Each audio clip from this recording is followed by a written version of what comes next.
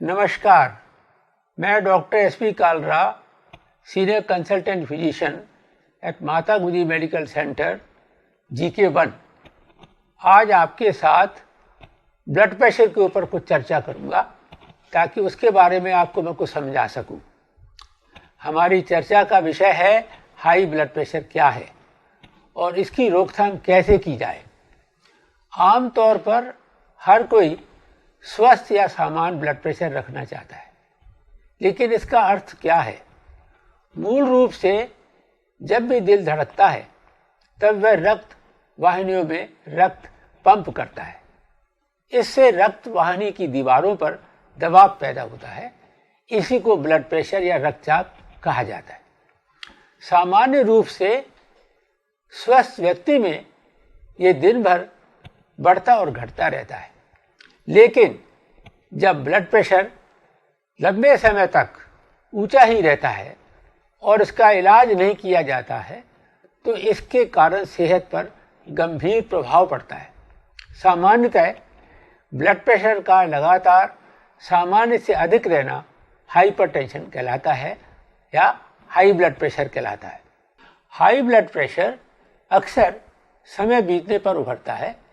यह अस्वास्थ्यकर जीवन शैली जीने के कारण ही हो सकता है, जैसे कि पर्याप्त शारीरिक गतिविधि नियमित रूप से न करना, मोटापा, धूम्रपान, अल्कोहल का सेवन बहुत अधिक करना और तनाव इत्यादि। इसके अन्य जोखिम कारक भी हैं जो हाइपरटेंशन होने का जोखिम बढ़ा सकते हैं, जैसे कि आयु।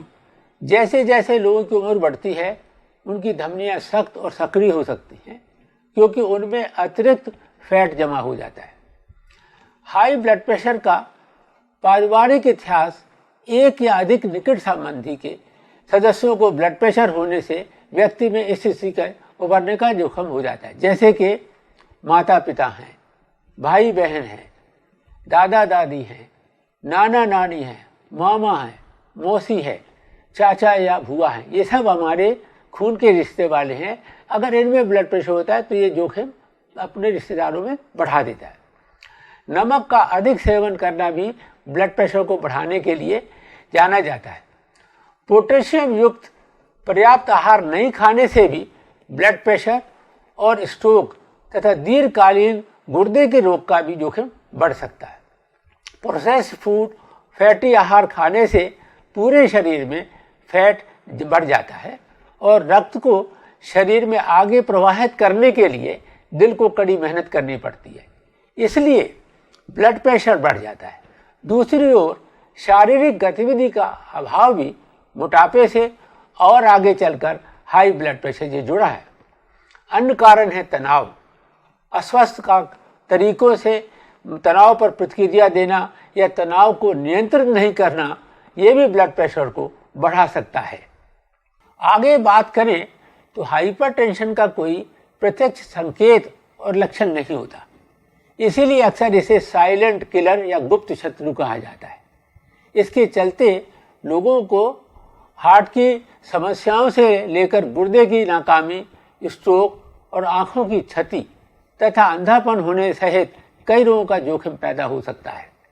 इसीलिए हाइपरटेंशन के प्रबंधन में जल्दी और सटीक निदान करना बहुत ही महत्वपूर्ण है। ब्लड प्रेशर मापना ही यह जानने का एकमात्र उपाय है कि व्यक्ति को हाई ब्लड प्रेशर है या नहीं। सामान्य रूप से जब लक्षण उभरते हैं तब उनमें शामिल होता है सुबह के समय सिर दर्द या थकान होना, दृष्टि में बदलाव होना, कान में धनराहट होनी, थकान, उबकाई या उल्टी। याद रखिए, ब्लड प्रेशर कुछ सालों तक रह सकता है, लेकिन आदमी को कोई कंप्लेंट नहीं होती। और ये जो मैंने कंप्लेंट आपको बताई हैं, ये ऐसी नॉन स्पेसिफिक है जो आम किसी बीमारी में हो सकती है, लेकिन ये एक चिंता का विषय है जब ये अचानक होती है। कभी उनको नाक से खून भी आ जाता है या बहुत ज़्यादा सिर दर्द भी होता है। लेकिन जिनके घरों में ब्लड प्रेशर है उन व्यक्तियों में अगर ऐसी सिम्टम्स होती हैं तो आपको वो ध्यान जरूर करना जरूरी है और उनका ब्लड प्रेशर चेक करवाना चाहिए। सौभाग्य से हाई ब्लड प्रेशर का निदान आसानी से किया जाता है। इसका मापन सामान्यतः स्पिग्मोमीटर नामक उपकरण से किया जाता है। ब्लड प्रेशर को दो आंकड़ों में रिकॉर्ड किया जाता है, सिस्टोलिक और डायस्टोलिक। अब आइए हम समझने का प्रयास करें कि इन आंकड़ों का असल में अर्थ क्या होता है। स्वस्थ और सामान्य blood pressure 120/80 millimetre of mercury से कम होना चाहिए, या 120 ऊपर और 80 मिलीमीटर भी पढ़ा जा सकता है। यहाँ पर बड़ी संख्या सिस्टोलिक ब्लड प्रेशर का संकेत करती है, जिसका अर्थ है जब हार्ट सिकुड़ता है तब रक्त वाहिनियों को पड़ने वाला दबाव, जबकि छोटी संख्या डायस्टोलिक ब्लड प्रेशर का संकेत करती है, यानी कि दो धड़कनों के बीच जब हृदय विश्राम करता है तब रक्त वाहिनियों में पड़ने वाला दबाव। यदि ब्लड प्रेशर का स्तर 140/90 मिलीमीटर मरकरी या से अधिक है तो व्यक्ति को हाइपरटेंशन है। यदि व्यक्ति का बीपी केवल इससे ऊंचा है तो उसे गंभीर दिल का रोग उभरने का जोखिम हो सकता है। इस जोखिम की रोकथाम की जा सकती है और इसे स्वस्थ जीवन शैली की दिशा में कदम उठाते हुए घटाया जा सकता है, जैसे कि उसके दिनचर्या को ठीक करना, नियमित व्यायाम, स्वस्थ आहार, धूम्रपान छोड़ना, अल्कोहल का सेवन घटाना, नियमित ब्लड प्रेशर की निगरानी करना, तनाव का प्रबंधन करना, दवा का पालन करना। यदि ऐसी जीवन शैली संबंधी सुधारों के साथ ब्लड प्रेशर को सफलता से नियंत्रित किया जाता है तो इससे दवा की जरूरत को टाला जा सकता है या कम किया जा सकता है। इसीलिए आइए इन रणनीतियों पर एक एक करके नजर डालें। नियमित व्यायाम या शारीरिक गतिविधि। व्यायाम हाई ब्लड प्रेशर को कम करने का दवा मुक्त तरीका हो सकता है। नियमित शारीरिक गतिविधि से व्यक्ति का हृदय सशक्त होता है।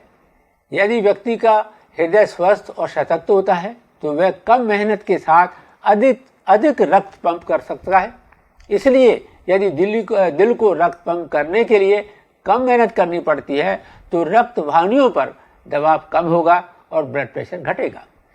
अन्य मामले हैं, जैसे कि हम सभी जानते हैं कि आयु और वजन का बढ़ना हाई ब्लड प्रेशर के दो मुख्य जोखिम कारक हैं। अडल्ट्स में ये देखा गया है कि लगभग 40% दुनिया की आबादी में हाई ब्लड प्रेशर है, जबकि बुढ़ों में जो 65 साल से ऊपर के हैं उनमें 70 से 80% लोगों को हाई ब्लड प्रेशर होता है। इसीलिए यदि ब्लड प्रेशर अपेक्षित स्तर पर है, यानी 120/80 मिलीमीटर मरकरी या उससे कम, तो आपकी बढ़ती उम्र में व्यायाम उसे बढ़ने से रोकने में मदद कर सकता है। नियमित व्यायाम से आपको स्वस्थ शरीर बनाए रखने में भी मदद मिलती है, जो मेरे विचार से ब्लड प्रेशर को नियंत्रित करने का एक महत्वपूर्ण उपाय है। व्यक्ति को सप्ताह के अधिकतर दिन कम से कम 30 मिनट एरोबिक गतिविधि का रक्षण करना चाहिए। एरोबिक मतलब इसमें जो है वो साइकिलिंग है, पैदल चलना है, जॉगिंग करनी है। हाई ब्लड प्रेशर का स्तर नियमित सुनियोजित व्यायाम करके घटाया जा सकता है, जैसे कि तेज चलना, जॉगिंग, तैरना। दूसरा है स्वस्थ आहार। ब्लड प्रेशर को नियंत्रित करने में आहार की महत्वपूर्ण भूमिका निभाता है। हाइपरटेंशन के मरीज को सब्जी, फलों, समूचे अनाजों की अधिक मात्रा का सेवन करने के लिए सुझाया जाता है। आहारगत उपायों से माध्यम से ब्लड प्रेशर को कम करने के लिए या हाइपरटेंशन को रोकने के लिए व्यक्ति एक आहार युक्त प्रगति अपना सकता है, जैसे कि डैश डाइट।